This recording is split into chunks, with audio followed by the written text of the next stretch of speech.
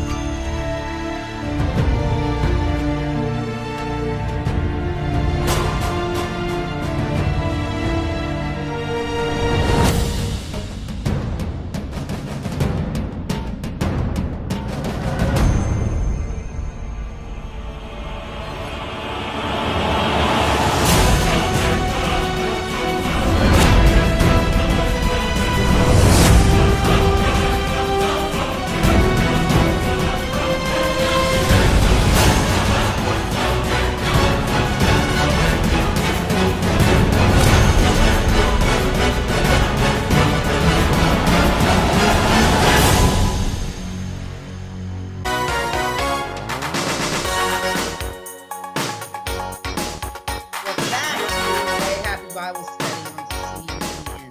Let's go ahead and get back into it. We are going into chapter 8, verse 9. We're still talking about the second trumpet judgment. This that started in verse 8, the second angel sounded, and as it were, a great mountain burning with fire was cast into the sea. That is some kind of a meteor or asteroid impact, probably. And the third part of the sea became blood. We were talking about how they have removed the oil layer in many parts of the sea, of methane and other toxins that are kind of a reddish color. And we've noticed over the past several years, there have been more and more fissures that have opened up in the sea floor. And toxins, a red cocktail of toxins are seeping up through the sea floor in various areas and causing the sea to die in those areas. These bubbles of methane will come up to the surface, and they even have been known to be harmful to creatures who live on islands such as the Canary Islands. Has had a lot of this happen in the areas surrounding the Canaries, where you have this red mess that comes up through the sea floor and kills everything it touches. It kills everything in that area, and it even pollutes the air above as these big bubbles of methane rise to the top, and it's a reddish kind of a concoction of these toxins. And when you have an asteroid come and hit the sea floor, you're going to have an onslaught of this red mess that pours into the oceans above it, and it's going to contribute to killing the seas here. It says the third part in verse 9, and the third part of the creatures which were in the sea and had life died. And the third part of the ships were destroyed. And that's probably from tsunamis and waves from this asteroid that hits. It's going to be just devastating. You're going to have tsunamis on every coastline, which this thing would probably hit either in the Mediterranean or in the upper Atlantic somewhere. But a third part of the ship's destroyed when this happens. It's going to be really bad. But notice the third part of the sea became blood. This mess underneath the sea floor, where you've got a lot of fissures all over the world, these things are opening up and pouring this red concoction into the water. And so it's actually going to look reddish like blood. And everything in the sea dies that it comes in contact with. And so this is talking about how the third part of the creatures were in the sea and had life died. A third of the ocean life is dead after this judgment. And a third of the ships were destroyed. So this is a really really harsh judgment. Now, keep in mind, you've got a lot of nuclear plants on these shorelines all over the world. Fukushima Daiichi, which occurred in March, the damage to that plant occurred in March 2011. That's 7 years ago. It has been pumping 300 million tons of radioactive debris, a poison, into the Pacific completely unhindered every day ever since, for 7 years. Before that, back in like 2010, they did a survey and it showed 3% of the Pacific floor was covered in dead sea creatures.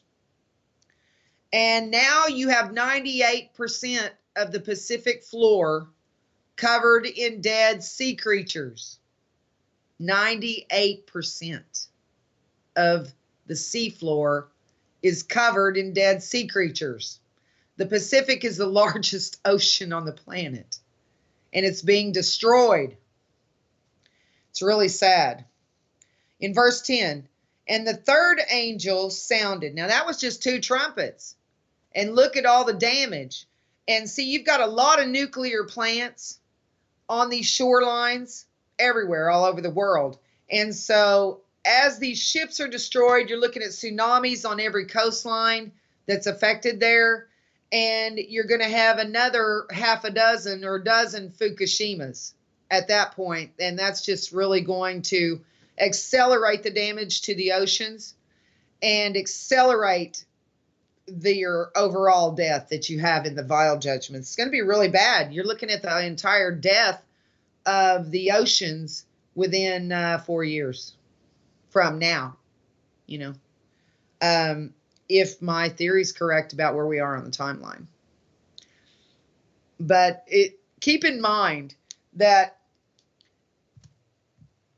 Jesus is going to come, because the scientists said that Fukushima alone, without any other accidents, was going to kill every living thing on the planet, including bacteria, within 20 years. And that's been 7 years ago. So they still say in under 15 years, you're looking at the extinction of the human race if Jesus doesn't come. But don't worry, he will. He's coming. But that does tell us that we don't have 50 years down the road. We don't even have 25 years down the road before all of these events occur, because Fukushima is single-handedly destroying the Pacific at an incredible, awful, terrible rate.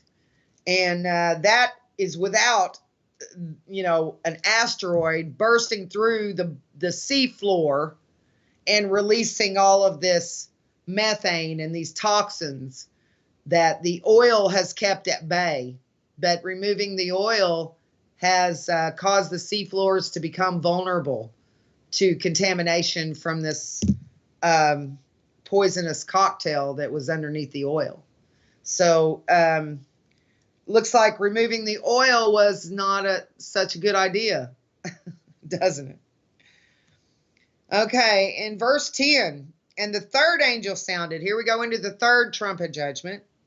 So did you notice? Now the first trumpet judgment affected you had a third of the trees burned up and all the green grass. And then the second trumpet judgment was an asteroid or a meteor that hits the ocean or the sea. Could be Mediterranean Sea. It's possible. Because you have Rome destroyed at some point. Now, I'm not saying that this destroys Rome. It may strike somewhere else, but it would either be somewhere in the North Atlantic or in the Mediterranean Sea that this would hit. And seeing that second trumpet judgment, you've got a third of the ships destroyed, and you've got a third of the world's oceans destroyed. This is a huge catastrophe when this happens. In verse 10, the third angel sounded, and there fell a great star from heaven. burning as it were a lamp. And it fell upon the third part of the rivers and upon the fountains of waters. Now, as an asteroid is coming in, we've seen all kinds of movies about how man thinks he's going to handle that kind of thing. As they see this big asteroid coming in, it's possible they may fire nukes at it. And if they don't hit it and these nukes come back down on us, it's possible they may come down upon our polar region, because that's where the planet's fresh water comes from the polar region. So if it falls, it says, there fell a great star from heaven, burning as it were a lamp, and it fell upon the third part of the rivers and upon the fountains of waters. So if it falls upon the polar region, it's going to affect at least the third part of the fresh water that filters down from that area. And one of the reasons I think this is possibly nukes that they fired at this meteor unsuccessfully and they come back down is because in verse 11 it says the name of the star is called Wormwood. Now the Russian name for wormwood is called Chernobyl. Okay, and we all know the name Chernobyl. That was a huge nuclear accident there. The name of the star is called Wormwood. And the third part of the waters became wormwood, nuclear contamination. And many men died of the waters because they were made bitter. So it's possible we're looking at nuclear contamination here of the fresh water supply, the leakage. Verse 12, and the fourth angel sounded, and the third part of the sun was smitten, and the third part of the moon, and the third part of the stars. So as the third part of them was darkened, and the day shone not for a third part of it, and the night likewise. You've got a tear in the sky here. I know. A tear in the sky. Now notice, the fourth angel sounded, and the third part of the sun was smitten, third part of the moon, third part of the stars. So as the third part of them was darkened, and the day shone not for a third part of it, and the night likewise. If you have a tear in 1/3 that covers 1/3 of the sky. Now this is interesting because as this tear opens up in 1/3 of our sky, as you can see, the earth revolves, 1/3 of the sky is affected, and you can see nothing but blackness. Well, that's interesting, isn't it? Because why wouldn't you see stars and planets and things like that through it? Why wouldn't you be able to see the sun through it? Why wouldn't you be able to see the moon or the stars through it? Why is it just like one big black hole? That's interesting, isn't it? That's a good question. But it says that the day shone not for a third part of it, and the night likewise. So for every 24-hour day, when you're on a revolving earth, 4 hours of the day and 4 hours of the night, you're going to be facing that black part of the sky for 8 hours, to where nothing shines through. The sun doesn't shine through, the moon doesn't shine through, the stars don't shine through. And that's really interesting, isn't it? It's like a rip in the sky. I know, it's amazing. Really amazing. In verse 13, and I beheld and heard an angel flying through the midst of heaven. So at this point, you've even got angels flying through the sky, saying with a loud voice, woe, woe, woe. I'm like, whoa. To the inhabitants of the earth, by reason of the other voices of the trumpet of the 3 angels which are yet to sound. These last 3 trumpet judgments are called woes because they're so intense. And they will definitely make you look at them and go, whoa, because they're, They're so harsh that you just, it's going to be good not to be here for these things. Okay. We're going to go straight on into chapter 9. And the fifth angel sounded. Chapter 9, verse 1 of the book of Revelation. The fifth angel sounded. This is the fifth trumpet judgment. And I saw a star fall from heaven unto the earth. Now, the stars and the angels are interchangeable in Revelation. So it says, I saw a star fall from heaven unto the earth, and to him, see, the star, he saw a star fall, but the star is a him. It's an angel. To him was given the key of the bottomless pit. This is carnage, okay? And he opened the bottomless pit. Now, this bottomless pit has contained all of those angels and creatures and demons who were disobedient before the flood. When the flood occurred, they were imprisoned in the bottomless pit. They've been there ever since for the last 4,500 years. And they are going to be released, and that's bad. Okay, that's very bad. He opened the bottomless pit, and there arose a smoke out of the pit. A really dark, thick, black smoke, as the smoke of a great furnace. And the sun and the air were darkened by reason of the smoke of the pit. This smoke is so thick, so dense, and so dark that it just darkens the sky. And there came out of the smoke locusts upon the earth, wreckage. And unto them was given power as the scorpions of the earth have power. These locusts, there's some kind of a creature, a very scary, weird creature that you do not want to be here to see.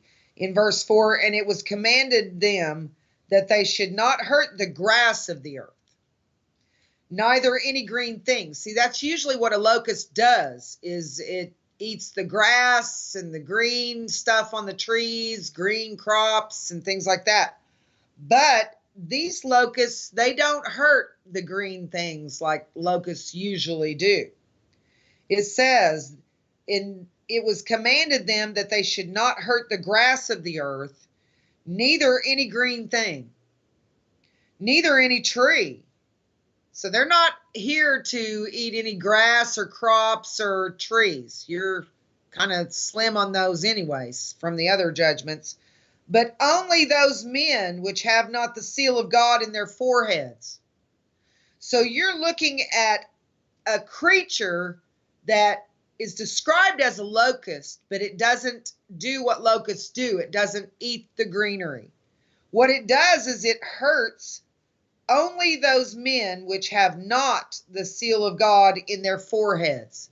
Now, this seal would be the same seal that we saw in Revelation chapter 7, where it says in verse 3, saying, in verse 2 and 3, and I saw another angel ascending from the east, having the seal of the living God, and he cried with a loud voice to the four angels to whom it was given to hurt the earth and the sea, saying, hurt not the earth, neither the sea, nor the trees, till we have sealed the servants of God in their foreheads. Now, this is the seal that they're talking about. This is the 144,000. So anyone who does not have that seal in their foreheads, it could be affected by this judgment. Now, God doesn't pour his wrath out on his own. Now, remember, those are the 144,000 are sealed with the seal of God in their foreheads. But those who are children of God among the Jews have the seal here of the Holy Spirit. Okay, they're children of God, and they are sealed in a different way. Okay, So don't worry about how about this judgment being poured out upon the children of God who do not have that seal and are not one of the 144,000. No, because God doesn't pour his wrath out on his own. So see, they only hurt those who have not the seal of God in their foreheads. All right? But keep in mind that the Jewish children of God who are protected at Petra are not subject to these judgments as they occur. All right?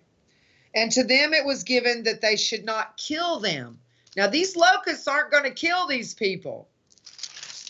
Keep in mind, the mark of the beast prevents you from physically dying.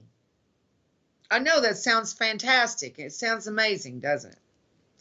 But it actually keeps them from physically dying. I'll show you. It's going to be really amazing. It says, and to them it was given that they should not kill them, but that they should be tormented 5 months. Now, God doesn't torment his own for 5 months, all right? And their torment was as the torment of a scorpion when he striketh a man. Have you ever been stung by a scorpion? I have. It's horrible. It's awful. It's terribly painful. But I'll clue you in, give you one little clue here. If you put a piece of ice on it, it stops hurting instantly. But if you pull the ice away from it, it's excruciating. Ice on it, no pain at all. Ice off of it, excruciating. So if you ever do get stung by a scorpion, you know what to do. In verse 6, and in those days shall men seek death. They seek death because they're being tormented for 5 months. I mean, can you imagine being tormented every day for 5 months? Wreakage. In those days shall men seek death. They want to die and shall not find it, and shall desire to die, and death shall flee from them. The mark of the beast prevents you from physically dying. What it does is it traps you inside your flesh body so you can't die. But that's way worse than dying, because you're supposed to die at some point, and then you become what you will, what God created you to be. You don't want to be trapped in a sinful flesh body that's going to rot with you trapped inside it. That would be a nightmare. That is why it says they seek death. Those who take the mark, they seek death, but they shall not find it. They'll be jumping off of skyscrapers trying to kill themselves, and they won't die. They'll break every bone in their body and they won't die, but they certainly will feel the pain of any injury they incur. It's going to just be a total nightmare. In those days shall men seek death and shall not find it. It's amazing because Satan is going to offer flesh immortality, to where if you take the mark, you can't die physically. You want to be able to escape your body when it's rotting, okay? When it gets old and falls to pieces, you do not want to be trapped inside of it forever while it just continues to rot. And that is exactly what these people find themselves in, that situation. It's really going to be awful. So keep in mind, even though the devil says, well, take the mark and you'll never die. Well, that is not the blessing that it appears to be. You do not want to be trapped in a digital body inside a simulation. And that is possibly what this is. These are digital bodies. We are projected into these bodies. Our real body is outside of our range of perception. And I think it's probably quite a bit like VR. Okay, we are going to take a break, and when we come back, we'll be at Revelation 9, verse 7 after this.